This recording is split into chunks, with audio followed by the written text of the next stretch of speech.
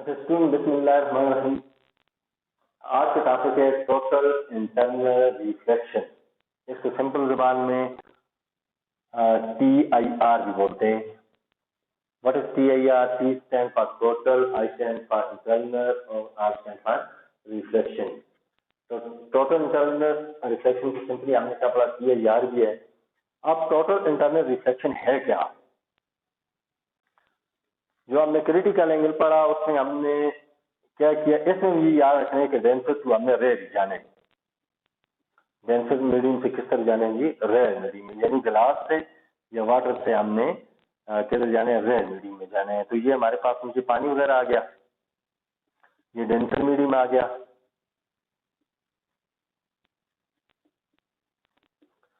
और जिस तरफ को जा रहे हैं ये हमारे पास एयर या रे मीडियम आ गया।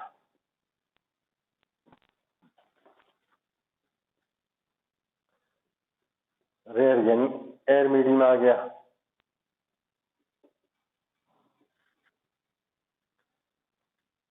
तो हमने क्रिटिकल एंगल में ये देखा था कि हमने मुख्तलिफ जगहों पर रे ऑफ इंसिडेंट को स्ट्राइक करवाया था, यहाँ से फिर यहाँ से टकराई। थोड़ा उसको आप रिकॉल करेंगे, थोड़ा सा उसको याद जहन में लाएं तो फिर ये टोटल करने यह बहुत आसान हो जाएगा। हमने ये रूल पढ़ा है कि जब भी सरफेस के साथ ये जो स्ट्राइक करती है इंसिडेंट रे, तो वहां जो ही सरफेस के साथ स्ट्राइक करेगी यहाँ पर एंगल बन जाएगा, यानी नॉर्मल रे बन जाएगी। तो सरफेस रे डेंसिटी टू रे जाते हुए इंसिडेंट रे ये नॉर्मल से परे आ जाती है। एक यहाँ पर ये लिया, दूसरा हमने स्ट्राइक की, थोड़ी सी जगह चेंज की, एंगल जगह चेंज करने से बाद एंगल चेंज किया, थोड़ा सा एंगल चेंज किया, इस तरफ को आए, यहाँ से इंसिडेंट करवाया तो रिफ्लेक्टेड रे इस तरफ को आ गई, थोड़ी नॉर्मल से और थोड़ी बेंड होगी, थोड़ी और दूर होगी, बेंड आ गए। जब हमने तीसरी बार करवाया यहाँ से ये नॉर्मल से और मजीद बेंड होगी, ये बेंड आ गए। चौथा या पांचवें पॉइंट पे हमने देखा कि मजीद ये रिफ्लेक्ट नहीं हुई बल्कि ये सरफेस में से गुजरी। इसको हम क्या कहते हैं, 90 डिग्री एंगल या क्रिटिकल एंगल। अब आप क्या करते हैं, मजीद क्रिटिकल एंगल से भी कोई और सरफेस ऐसी ढूंढ लेते हैं, वहां से इंसिडेंट एंगल। ये याद रखें, ये फर्क करते हैं। 4 पॉइंट है, यहाँ से आपको मिले क्रिटिकल एंगल 90 डिग्री का एंगल या क्रिटिकल एंगल। तो आप 0.5, 0.6, 4.5 कहीं भी ऐसी जगह से इंसिडेंट करवाते हैं कि ये सरफेस पर स्ट्राइक होने के बाद उसी सरफेस में वापस आ जाती है दोबारा।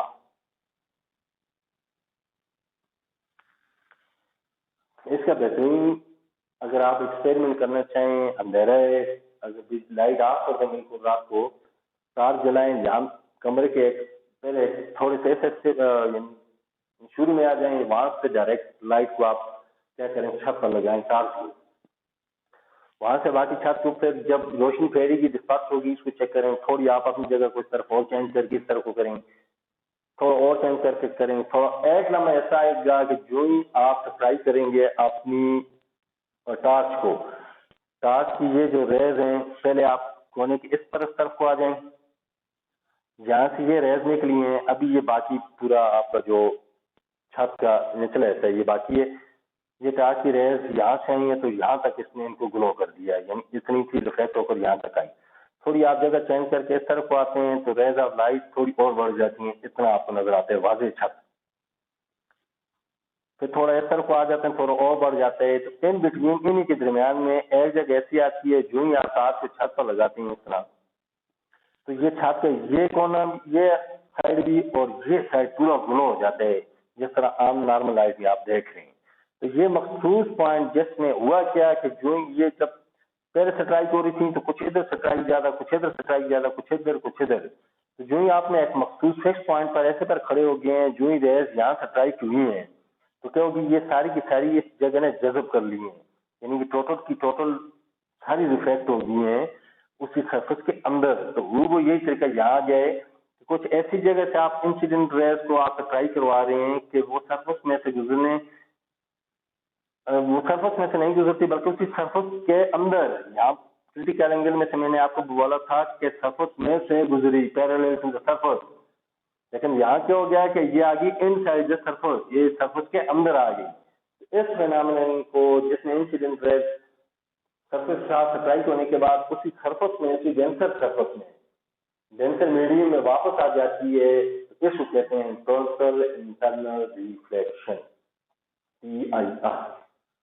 तो हमने क्या सीखा कि 90 डिग्री से क्रिटिकल एंगल से पीछे नहीं बल्कि आगे मजीद अगर बढ़ेंगे तो कुछ ऐसा पॉइंट आएगा, ऐसी जगह आ जाएगी जहां से आप ट्राई करेंगे इंसिडेंट रेस को, तो ये सरफेस के साथ ट्राई करने के बाद उसी सरफेस में से डेंसर मीडियम में वो इंसिडेंट रे वापस आ जाती है, वो इंसिडेंट रे वापस आ जाती है। तो रोशनी का, लाइट का ये फिनोमेना या ये कंसेप्ट इसको कहते हैं टोटल इंटरनल रिफ्लेक्शन। तो अभी अपने टॉपिक को देख लेते हैं, फिर इसके बाद इसकी एप्लीकेशन पढ़ लेते हैं। Page 96, topic 9.6, total internal reflection.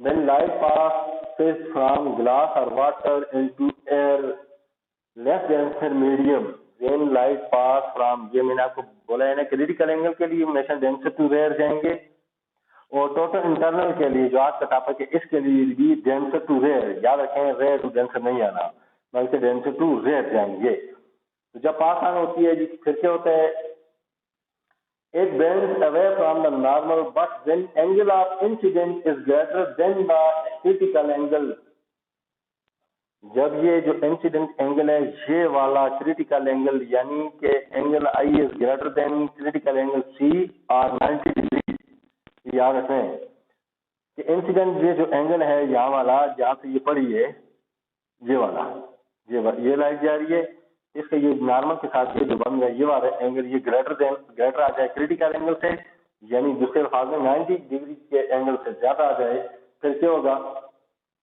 The light rays reflect back into the same denser medium. तो लाइट रेज जो है एंगल जब आई ग्रेटर हो गया 90 डिग्री से, यानी इस एंगल से, तो लाइट जो होती है उसी मीडियम में वापस आ जाती है। This phenomenon is called total internal reflection। तो इस phenomenon को हम क्या कहते हैं, TIR या total internal reflection। तो ये तो था हमारा total internal reflection, इसके नीचे पॉइंट है, total internal reflection take place only when, जो मैंने आपको टॉपिक के शुरू में बताया था ना कि total internal reflection सिर्फ उसी सूरत में पॉसिबल है जब, पहले क्या बोला था कि रेयर किधर जाए, डेंसर टू रेयर मीडियम में, इंसिडेंट रेयर किधर जाए, डेंसर टू रेयर में जाए, denser to rare, rare medium. और दूसरा इसका पॉइंट क्या है कि हमने इससे क्या सीखा कि एंगल आई जो है it's must be greater than critical angle या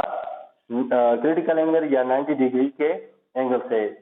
क्रिटिकल एंगल को सी से ज़ाहिर करते हैं, इसलिए मैंने सी लिखा, या उसको मैथमेटिकली कितना एंगल लिखते हैं, 90 डिग्री का angle.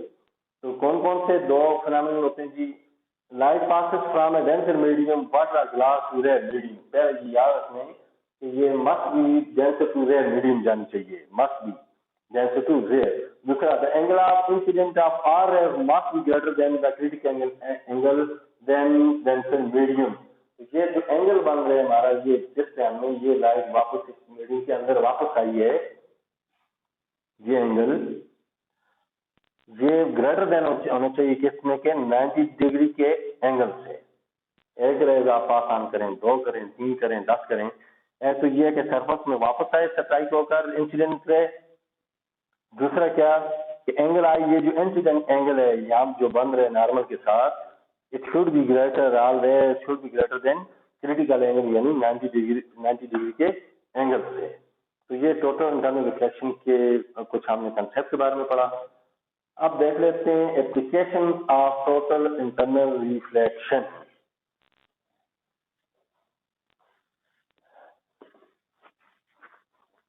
Application of total internal reflection देख लेते हैं जी, इसको भी इसके दोनों टॉपिक के 3 कंसेप्ट जो दिए,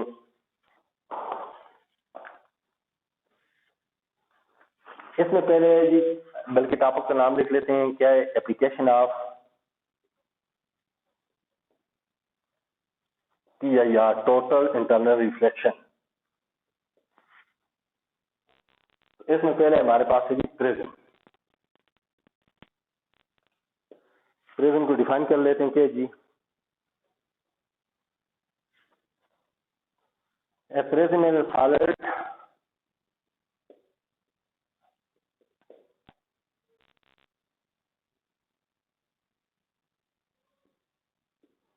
homogeneous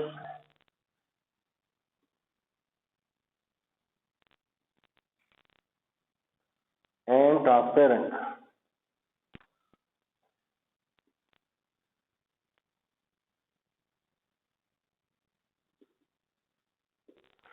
homogeneous and transparent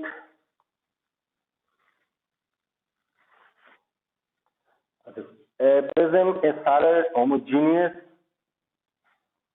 transparent and reflected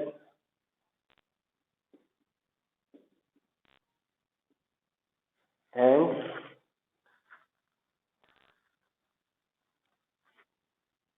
reflecting medium में तारीख को आगे फर्दर एक्सप्लेन करते हैं क्या है। मीडियम बाउंडेड by two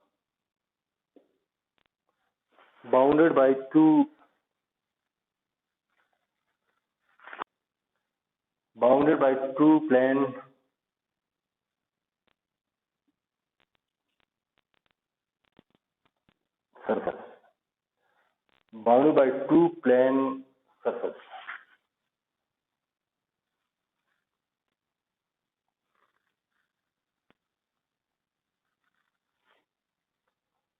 अच्छा क्या आ गया जी। सबसे पहले ये क्या है जी सॉलिड मजबूत होमोजीनियस व्हाट दिस इसका मतलब तो होता है जी हेट्रोजीनियस। होमोजीनियस अगर मैं इस बोर्ड के इस सतह को यानी ये जो ऊपर एल्यूमिनियम लगाए तो छोड़ दूं तो ये जो बोर्ड सारे के सारा एक ही से बने स्ट्रक्चर से बने हैं तो ये आ गया होमोजीनियस। लेकिन ये जो मार्कर है ये मेरे पास आ गया हेट्रोजीनियस क्योंकि इसकी जो बैक साइड है ये हार्ड से प्लास्टिक से बनी है। ये इससे ऊपर इसकी जो कवरिंग लेयर है ये उससे सॉफ्ट जो है उससे बनी है, प्लास्टिक से बनी है। इसकी नेक जो इसमें फॉर्म इस्तेमाल हो गई ये उससे और नरम आ गई। तो एक मटेरियल के अंदर अगर एक से ज्यादा चीजें हैं तो वो हो जाती है हेट्रोजीनियस, मुख्तलिफ किस्म की चीजों से मिलकर बनना हेट्रोजीनियस। जैसे अगर कोई चीज जिस तरह आपके पास गिलास है पानी का, जैसे गिलास होता है वो सारा होता है होमोजीनियस, वो सारे का सारा सेम होता है, सारे शीशे से मिलकर बने होते हैं। एक आपके पास की आ गई चाबी, वो सारी की सारी लोहे से मिलकर बनी है तो वो सारी की सारी आ गई होमोजीनियस। जब कोई मटेरियल किसी एक ही सेम मटेरियल से बनो, एक ही मटेरियल से बनो तो वो होता है हमारा होमोजीनियस। क्योंकि ये ब्लैंक्स में जब मैं करवाऊंगा तो वो ये चीजें आएंगी कि ये होमोजीनियस होता है, हेट्रोजीनियस होता है, सॉलिड होता है, अनसॉलिड होता है। तो ये याद रखना है, एक सॉलिड ये मजबूत होता है, दूसरी ये एक होमोजीनियस एक ही मटेरियल से मिलकर बना होता है। और ट्रांसपेरेंट जिस तरह गिलास में से, शीशे गिलास में से आप इधर देखें दूसरी तरफ भी नजर आते हैं, और अगर दूसरी तरफ से इधर देखें आपसे डाउन से आप तो हर तरफ से आपको वाज़ेह चीज नजर आती है। रेज ऑफ लाइट आपकी आंखों की पास आन होती हैं तो ये होती है ट्रांसपेरेंट ऐसा जिसमें रोशनी इजीली गुजर सके। जैसे अभी मैंने किताब अपनी आंखों के सामने रखी तो बोर्ड जो पीछे था वो छुप गया तो ये ओपेक आ गया। ओपेक ऐसा मीडियम जो रोशनी को रेज ऑफ लाइट को पास ऑन न होने दे। जबकि ट्रांसपेरेंट मीडियम ऐसा मीडियम जिसमें से इजीली आप दूसरी तरफ को देख सकें। जिस तरह आप विंडो के पैन में से, शीशे में से आप दूसरी तरफ इजीली देख सकते हैं या दूसरी तरफ से इनसाइड भी देख सकते हैं और आउटसाइड भी देख सकते हैं। तो ऐसा मीडियम ट्रांसपेरेंट होता है, ट्रांसपेरेंट जिसमें से रोशनी आर पार आसानी से हो सके। एंड रिफ्लेक्ट उस पर पड़ने वाली रोशनी को रिफ्लेक्ट करे यानी किसी एंगल से वापस बाउंस बैक करे, किसी तरफ को away from normal toward from normal रोशनी रेस को क्या करेगी रिफ्लेक्ट करे। Bounded by two plane surface और इसकी सरफेस कितनी होती है 2। ये भी एमसीक्यूज में आता है कि how many plane surface are there of a prism, तो कितनी होती है 2। तो इसकी देख लेते हैं 2 सरफेस कैसे बनती है। एक ना आप इजीली ड्रा करें, सबसे पहले एक ट्रायंगल ड्रा करें। ये ट्राइंगल ड्रा, इसी पर आप क्या कर दें, एक और ट्राइंगल छोटी ड्रा कर दें, तो इससे आपको बन जाएगा प्रिज्म। इस सरफेस को आप इससे जोड़ दें, इस सरफेस को इस वर्टेक्स से जोड़ दें, और इस वर्टेक्स को इस वर्टेक्स से जोड़ दें, तो ये इस किस्म की जो शक्ल या छवि जो बनेगी ये आपके पास होगी प्रिज्म की। तो प्रिज्म का ये आसान सा तरीका आ गया। आप ट्राइंगल एक बना दें, ट्राइंगल बनाने के बाद इस पर एक ट्राइंगल और बना दें, इसके अंदर इनसाइड, फिर इनके वर्टेक्स को आप क्या कर दें, आपस में जोड़ दें। ये जो शेप बनेगी आगे आपके पास, this one will be the shape of prism. अब प्रिज्म के लिहाज से देखते हैं इसमें बेस कौन सी आती है और रिफ्लेक्ट कहां से होगा। इसमें दो सरफेस होगी, पहली सरफेस से ये यहां से सप्लाई करेगी तो ये रिफ्लेक्टर रे होगी, रिफ्लेक्टेड रे। इसमें से यहां से ये सप्लाई हुई तो ये आगे इंसिडेंट, यहाँ ये पहले सरफेस से सप्लाई हुई, उसके बाद ये दूसरी सरफेस में दाखिल हुई और उसके बाद आगे होगी। और ये याद रखना कि ये फिनोमेना आप इस्तेमाल करेंगे, यहाँ सप्लाई होने के बाद थोड़ी बेंड होगी, यहाँ सप्लाई होने के बाद फिर और मजीद बेंड होगी, क्योंकि दो सरफेस आ गई, एक जिसमें इंटर हो रही है और एक जिसमें से वो बाहर। तो अपना जो रिफ्लेक्शन वाला फिनोमेना यहाँ इस्तेमाल करेंगे। ऐसा नहीं करेंगे कि यूं आप सीधी सीधी यहाँ से डाल दें, यहाँ से एक यानी सरफेस से दाखिल हुई और दूसरी सरफेस से बाहर, ऐसा नहीं है। बल्कि आपने फिनोमेना को, जो कंसेप्ट आपने पढ़े उसको आप इधर इस्तेमाल करेंगे। कैसे कि ये स्ट्राइक हुई, यहाँ स्ट्राइक होने के बाद ये लाजमी है यहाँ नॉर्मल बनेगा, तो ये थोड़ी बेंड हो जाएगी, ये बेंड होने के बाद पास ऑन हुई यहाँ, तो यहाँ फिर नॉर्मल बनेगा, इससे ये मजीद बेंड हो जाएगी। तो दो सरफेस में से गुजर रही है, इस तरह ये पहली जो गुजर रही है ये आपकी आ गई इंसिडेंट रे आ गई, ये वाली ये इंसिडेंट रे आ गई। यहां से ये आई, ये इसको रिफ्लेक्शन रे कहेंगे।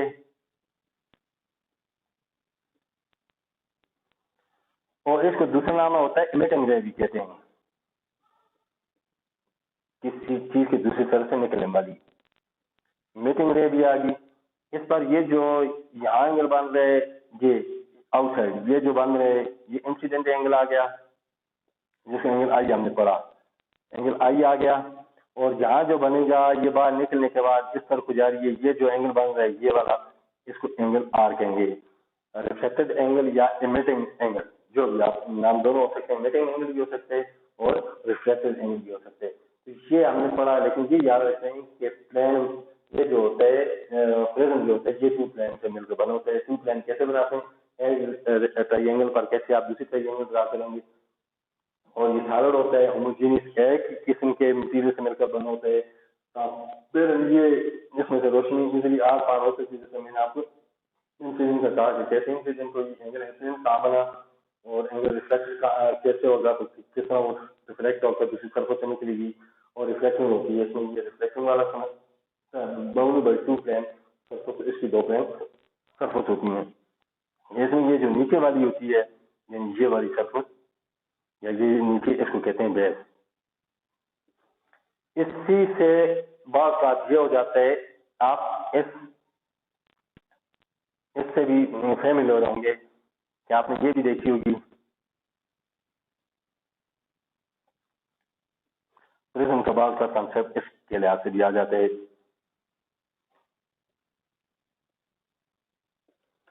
तो ये क्यूबिक किस्म की होती है, इसको क्यूबिक कहते हैं। इसका भी थोड़ा ख्याल रखना है, जब प्रिज्म में से आप दाखिल करते हैं इस तरह, तो ये रिफ्लेक्ट होकर किसी एकर से बाहर होती है, लेकिन अगर इस क्यूबिक है तो ये हमेशा इस तरफ को होगी रिफ्लेक्ट होकर, ये डाउनवर्ड है। और क्यूबिक अगर आप लेंगे प्रिज्म तो उसमें हमेशा अपवर्ड होती है। इन दो चीजों, खैर ये हर क्लास में आप इस कंसेप्ट को पढ़ेंगे, लेकिन चले फिर भी आपकी या ध्यान के लिए या आपकी कंसेप्ट के लिए मैंने दोनों चीजें कर दी। इसमें आप बेस को देख लें, ठीक है, ये क्यूबिक आ गया, और ये हम जो जिसको कहते हैं triangular.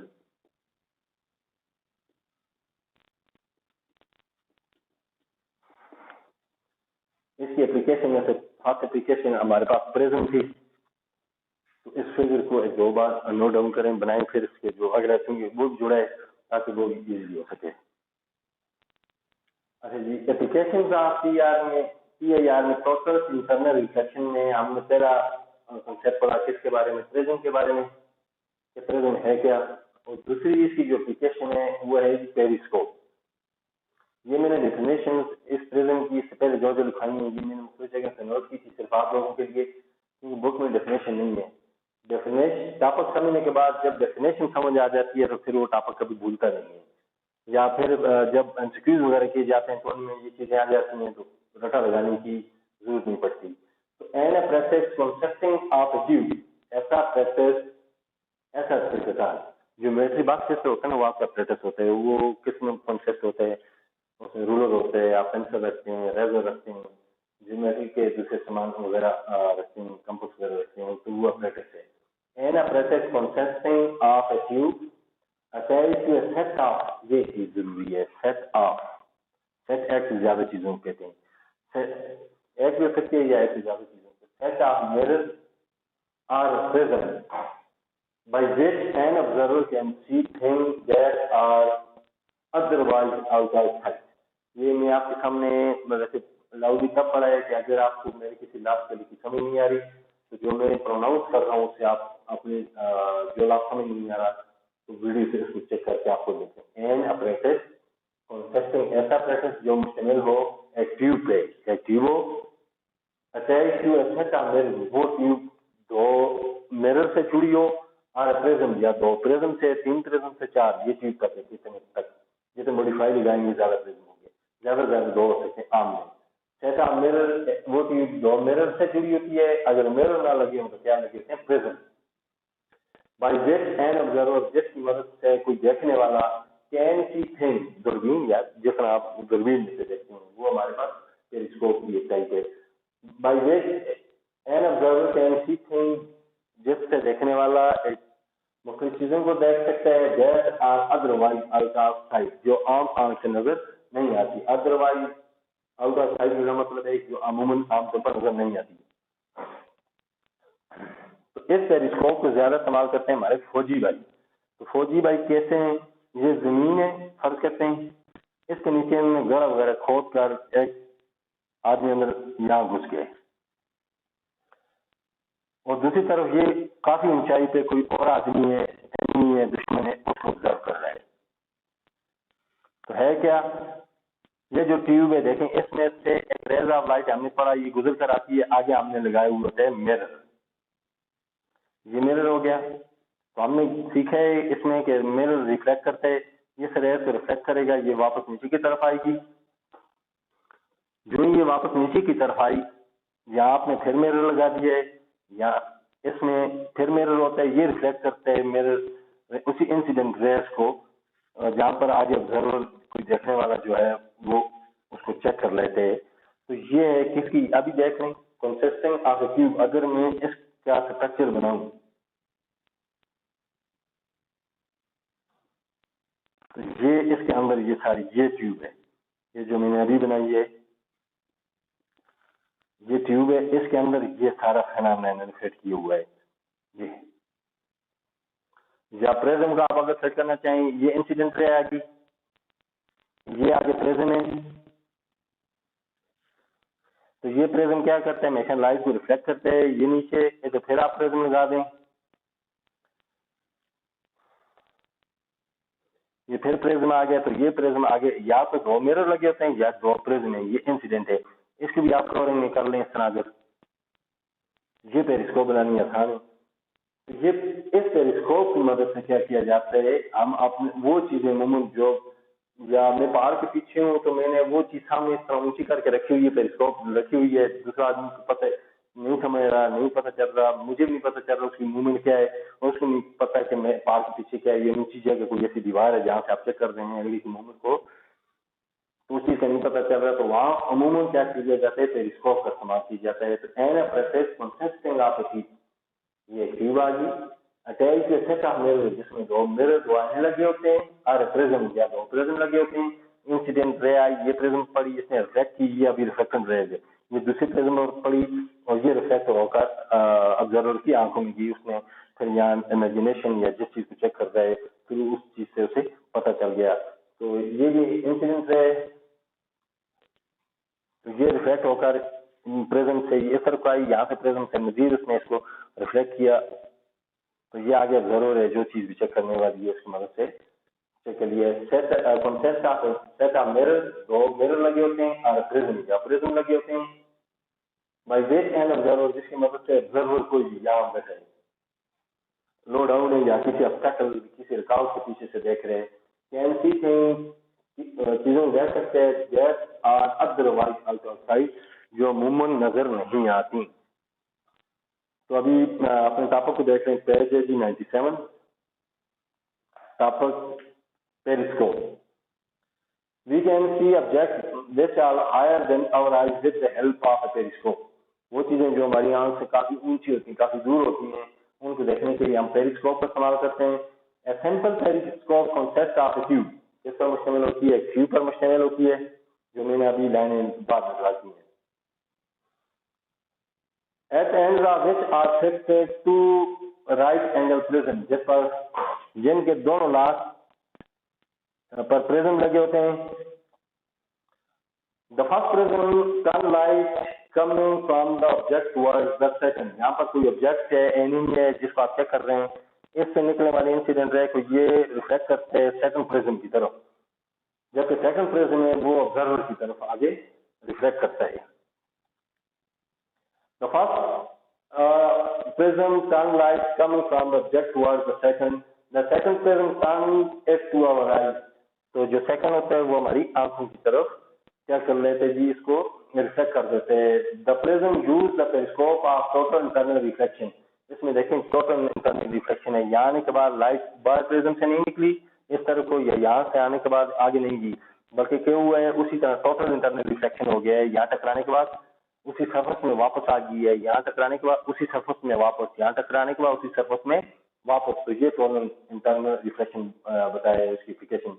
पेरिस्कोप्स are used in submarine tank etc, ये सबमरीन जो समुद्र पानी के अंदर होती है या टैंक वगैरह में इस्तेमाल किए जाते हैं। तो बॉयज ये था हमारा टॉपिक टोटल इंटरनल का, दो कंसेप्ट है, आगे दो एप्लीकेशन थी वो की। तो नेक्स्ट वीडियो में इंशाल्लाह हम आगे स्टार्ट करेंगे डिस्कशन ऑफ लाइट। तो इंशाल्लाह मिलते हैं आपसे नेक्स्ट वीडियो।